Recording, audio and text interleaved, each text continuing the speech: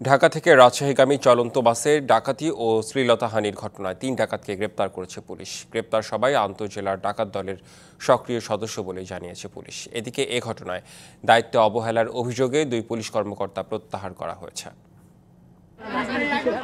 ১৭ ফেব্রুয়ারি গেল সোমবার রাতে ঢাকা থেকে রাজশাহীগামী ইউনিক রোড রয়্যালসের আমরি ট্রাভেলসের বাসটিতে মধ্যরাতে যাত্রী বেশে ওঠে ডাকাতরা।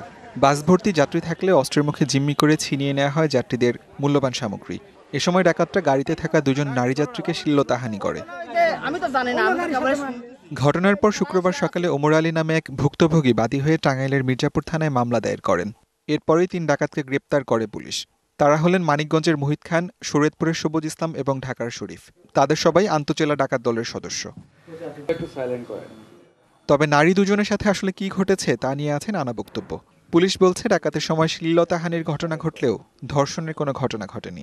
ইউনিক রোড রয়্যালস এই বাসটাতেই যাত্রী ৩০ থেকে ৩৫ জন যাত্রী নিয়ে বাসটি গাবতলী থেকে রওনা হয়। যে আলোচিত এই বাস ডাকাতি মামলার একটি অংশ ছিল যে নারীদেরকে ধর্ষণ বা শ্লীলতাহানির এরকম একটি বিষয় এখানে এসেছে। প্রাথমিকভাবে কোনো ধর্ষণের ঘটনা ঘটেনি, এরূপটি আমরা জানতে পেরেছি। সানবিট সব দিবে সামাল। সানবিট ম্যাজিক প্রেস ডিশওয়াশিং এর মাথা ঘোরানো সলিউশন।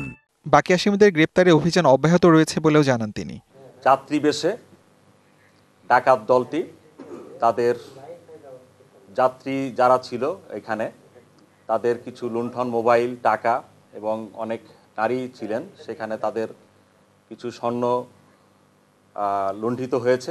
টাঙ্গাইল জেলা পুলিশ ইতোমধ্যে এই মহাসড়ক বাস ডাকাতির ৩ জন সক্রিয় সদস্য আমরা গ্রেপ্তার করতে সক্ষম হয়েছি।